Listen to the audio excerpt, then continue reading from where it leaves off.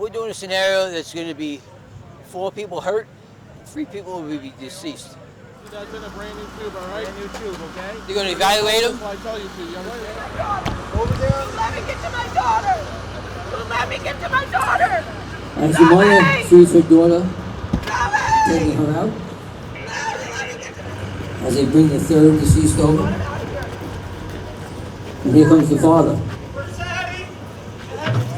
No. She was in this car. She was in this car. Stop touching me! Stop touching me! Yo, stop touching me right now! I know my rights! It's not good. It's over. Where is she? Where's my sister? Her sister, who was the driver in the red car, No, she's not okay! She's not okay! It's very real. Well, as a member of the fire department, we go to these accidents all the time, and we're trying to stress to the students about drinking and driving and getting high and playing with their phone in the car, how important it is not to. So we try to stress that, and we try to make it as real as possible. So you got everybody involved in town. Yes, we do. We have 4 towns that are involved. We have 4 fire departments, the sheriff's office. We have the medics, the ambulance. We got state police, investigators. We do it to like a real life situation.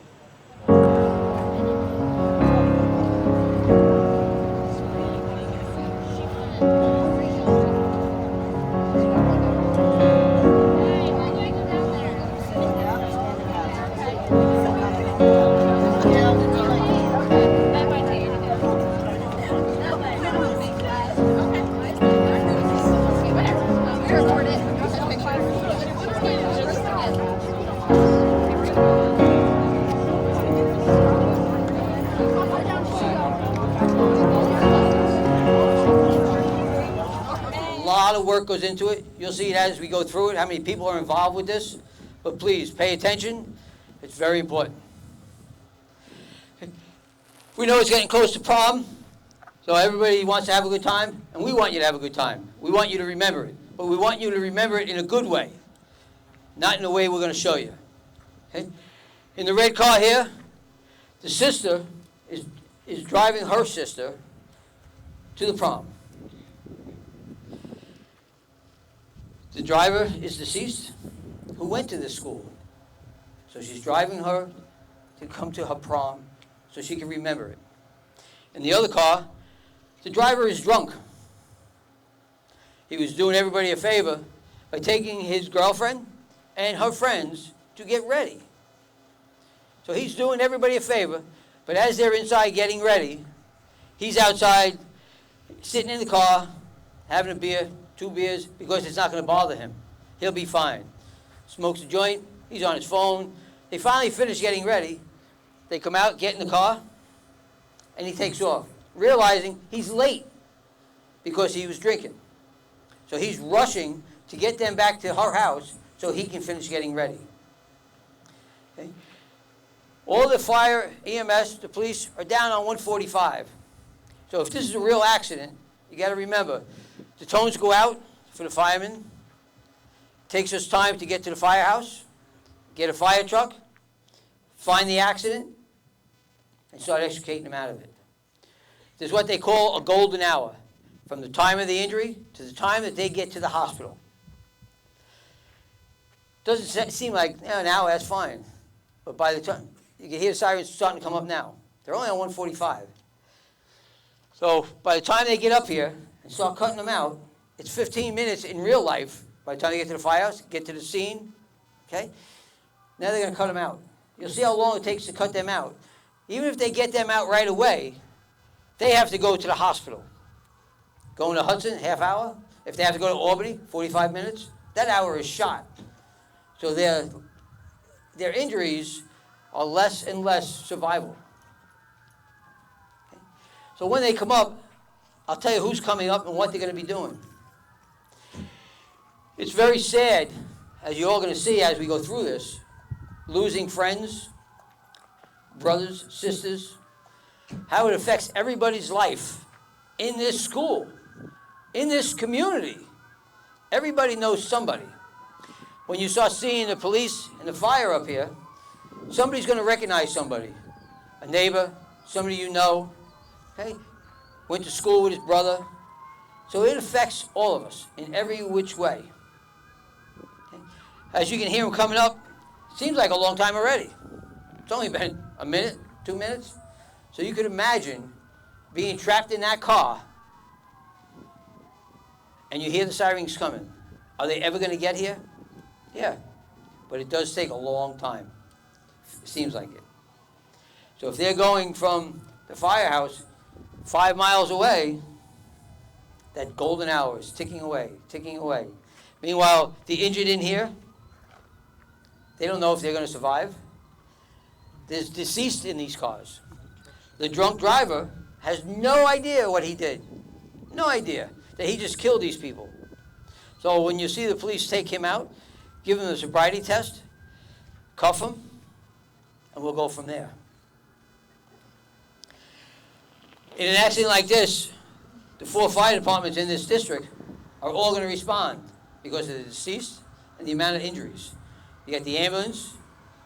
They're going to be coming around the corner now. Here's the Carroll Police Department. Greene County Sheriff. Another Greene County Sheriff. Another Greene County Sheriff. They all come. Another Carroll PD. State Police.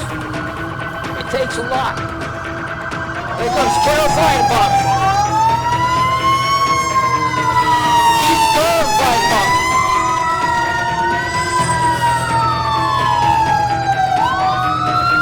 East Durham Rescue Truck. Oak Hill, Durham. Round Top Fire Department. As you can see, what they have to do, getting their tools ready to cut these people out. Town of Carroll Ambulance.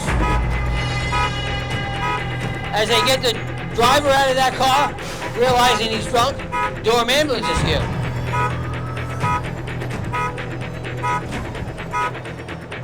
As they're going through there to see the injuries, getting their tools ready, they're going to have to cut these doors off, possibly the roof to get them out.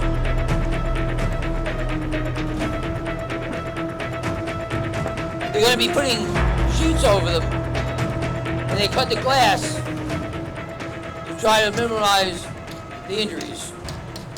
As the EMS gets ready to grab the deceased, the injured,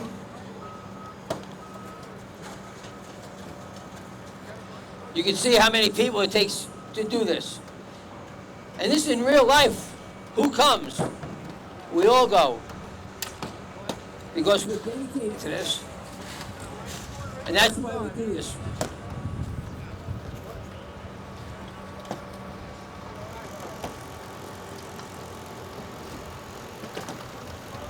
They do have the drunk driver out. They will give him a sobriety test.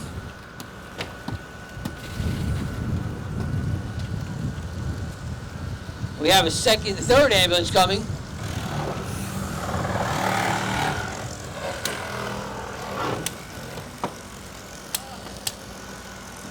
As they start taking the car apart to get them out.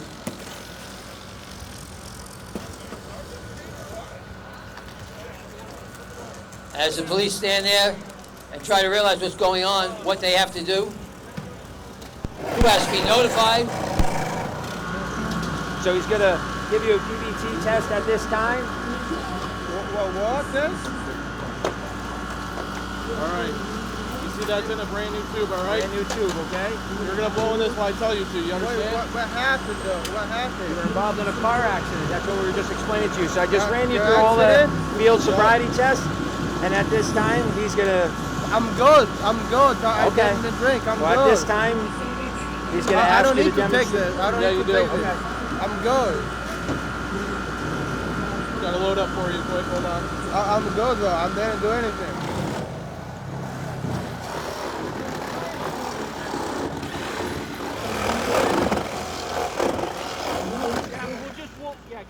The drunk driver.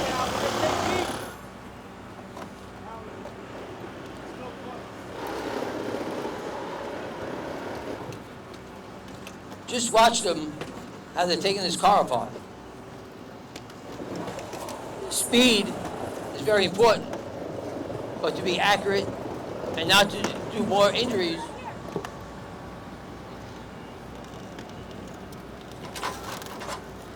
The prom is supposed to be a happy time.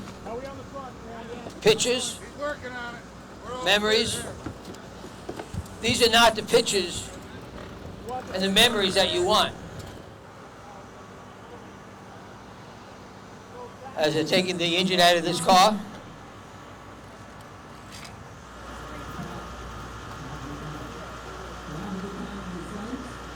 Your family.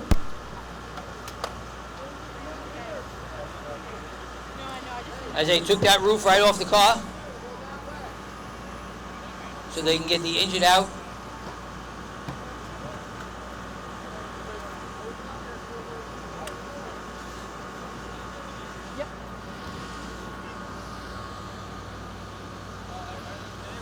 Wait, So why are you touching me? listen, Can you we're going over to my stop car right touching now. me. We're Stop going over to my touching car. me! You got that? Stop touching me! We're heading over to the Yo, car. stop Okay? touching me right You got now! that? I know my rights!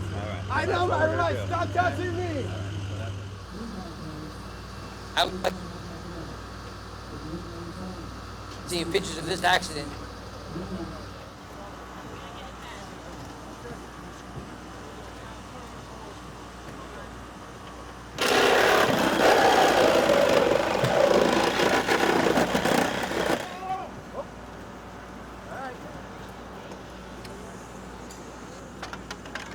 But all the training that we do, where was he? What was he doing? You know, of course, he's saying the other car hit him. Once they finish taking the injured out, they will be taking out the deceased.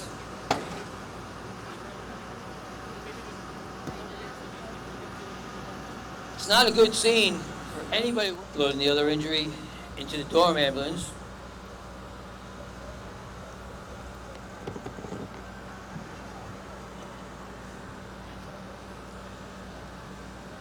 As they lay the deceased sister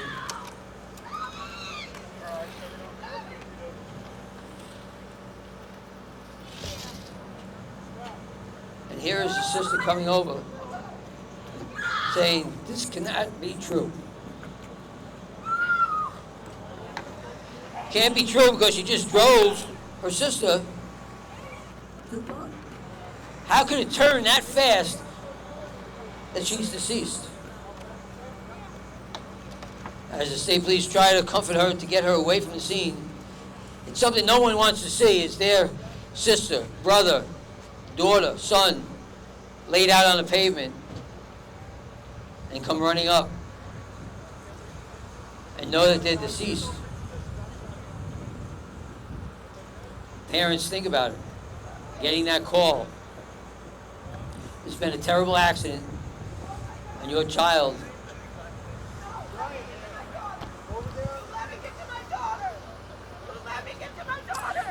And as the mother sees her daughter taking her out,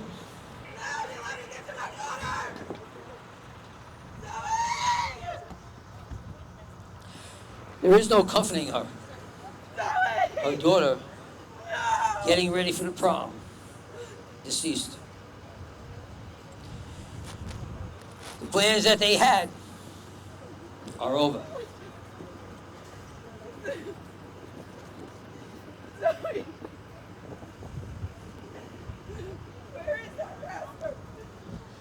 Of course, she wants to go after the drunk driver. Wouldn't everybody here want to go after the person that just killed 3 people? I'm sure. I know I would. Get him out of here! I don't want to look at him! As the drunk driver's over there, again, not realizing what he did. It wasn't me. Everybody's fine. I'm going to go and get ready for the prom. No. These are the last cars you want to see coming to a scene. The Greene County coroners. As they bring the 3rd deceased over. And here comes the father. Where's Addie? No. She was in this car. She was in this car. As the father, the mother, the sister want to see their loved ones. Of course, they don't want to see them laid out on the blacktop. Second coroner, 3 deceased, 3 coroners. When you see these coroner cars pull up, it's not good. It's over. Her sister, who was the driver in the red car, is realizing she's deceased.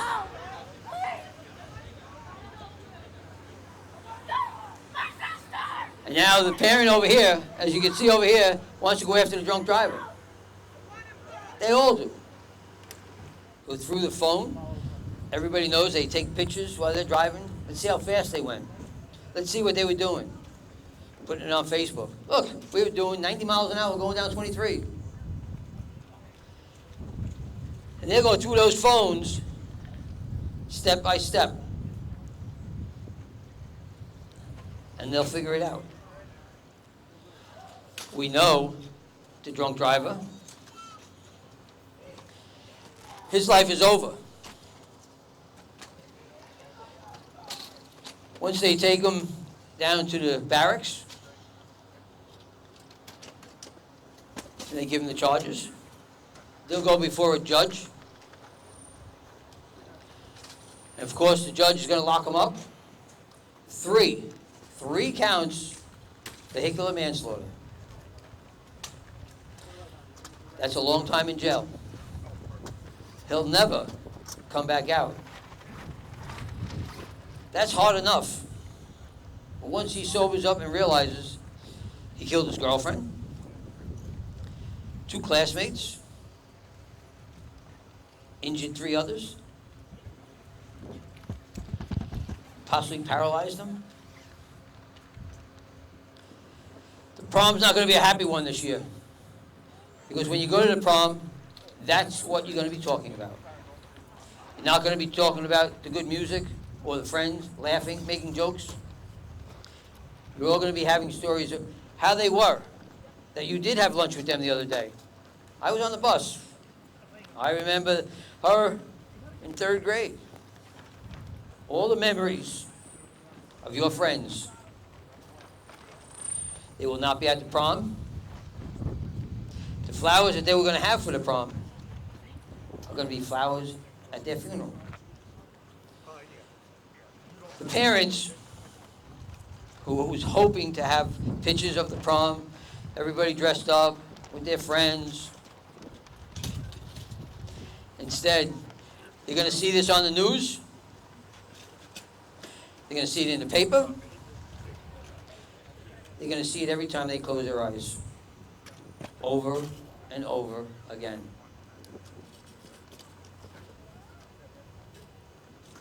It's sad.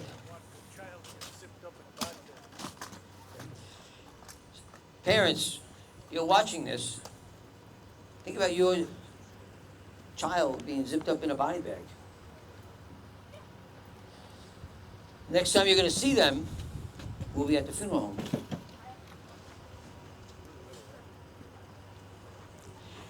They all will be going up to Ellis Hospital for an autopsy to see the injuries that killed them.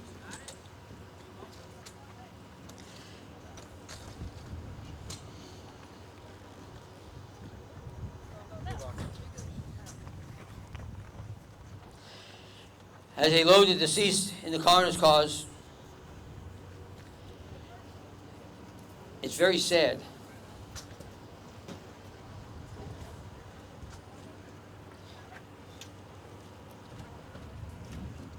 Blue and white, Carol Durham's colors.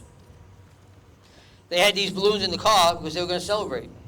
As they leave, the balloons go. The last thing you're going to remember them by. As the balloons take off and the cars pull out, Something to think about.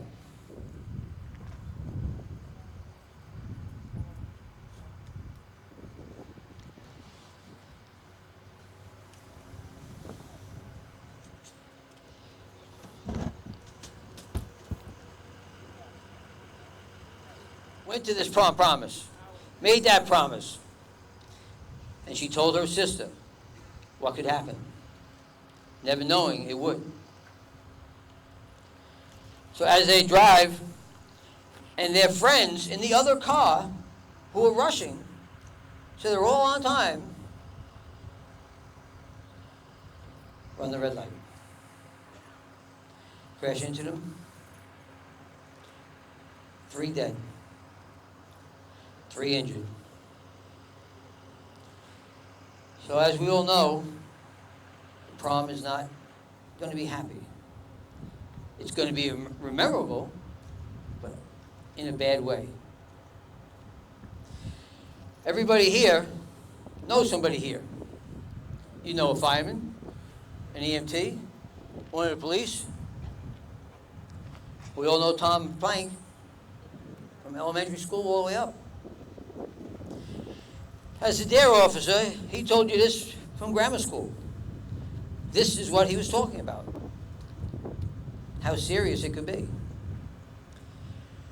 Once the firemen pack up all their stuff and they go back to the firehouse, they talk amongst themselves because we have to. We have to talk about it so we can go on. And when the call comes out again, we will be ready. And we will do our job. The ambulance, taking the injured, going to the hospital, reliving this terrible accident over and over. Once they get to the hospital, and the doctors start looking at them and seeing if they're going to survive or be crippled. Something for all of us to think about. Now, parents, it's not just drinking and driving and smoking and letting them drive around. It's about you to tell them this. But if you host a party and you allow them to drink, you are responsible for them. They're underage. They'll be driving. It's your responsibility not to allow it in your home. All the students, if you know somebody that's drinking or high, and you see them getting in a car, get those keys. They might hate you at that moment, but tomorrow, they will thank you. Because they're alive, they're not in jail, and they didn't kill anybody. So there's a lot of factors that go into this. Giving them the opportunity to drive drunk, speed. They should have never let him drive. But of course, he was fine. I'm fine. I didn't have any, I had 1 beer, that's all I had. Meanwhile, there's 6 of them in the back of the car.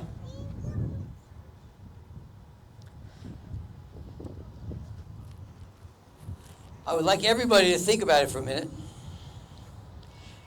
Because once this is over, and the reality sets in, the parents of the deceased have to make arrangements. What are they going to do? A funeral. Where are they going to be buried? Nobody plans on burying their children. But then they have to go to the funeral home, and the pictures that they were going to be taking at the prom, they're going to be looking for pictures to post at the funeral home. And when the parents get there, they're going to have to speak to one of the funeral directors. And it's a hard job for the funeral director to comfort them. We have Jennifer here, who's from Cunningham's and Decker's Funeral Homes, that she's going to try and explain to you the difficulty. So you saw us redo this. It's not because this is what we think is going to happen. We've seen this happen. We know this is going to happen. And like Jerry said, I'm a funeral director. I was acting coroner today. But when your family comes in and they sit across the table from me, I'm going to feel the pain that they're feeling. They lost their child. say something? It's a lifetime of pain. You change their life completely. One bad decision. That's all it took. Those photos that they took this morning might be your obituary photo, might be your photo for your prayer card, or they might go back to another home, putting those baby pictures up. It is a horrible thing for any parent and students, your friends, to have to endure this type of pain. This is why we do this, to bring awareness. Don't say it can't be me, because it can. I see it every day. Just make smart decisions. That's it. Thank you. As I said before, mostly everybody knows Officer Plank. He would like to say a few words. You know, I see a lot of familiar faces here. A lot of you kids know me. A lot of your parents, I had them in there back in the day. You know, way back when. One of the worst things that could happen to us as EMS providers, as emergency services, is to have to show up at a scene and look at the face of a kid that we know. Could even be a relative. There's some of you guys here that have some people here that you're related to. Uncles, cousins, parents that work EMS, that work the fire department, that work for the police and the sheriff's office, the state police. But, and you can see what's going on here. All these guys are out here. You see them all chucking down bottles of water because it creates a lot of work for them. They have to work hard to try to save the people that they can save that are injured. And unfortunately, some of them are deceased. I don't think anybody here wants to go to a funeral after prom. That is, you know, prom's supposed to be fun. It's supposed to be one of the highlights of your life that you're going to remember forever. But you don't want to remember something like this forever. That's not a memory that you want. So, I would beg you right now, don't think about getting behind the wheel of a car if you drank any alcohol, smoked a joint, popped a pill, whatever it might be. You might think that, oh, it's just a joint, just a little marijuana, it's not going to hurt me. Well, guess what? It does, right?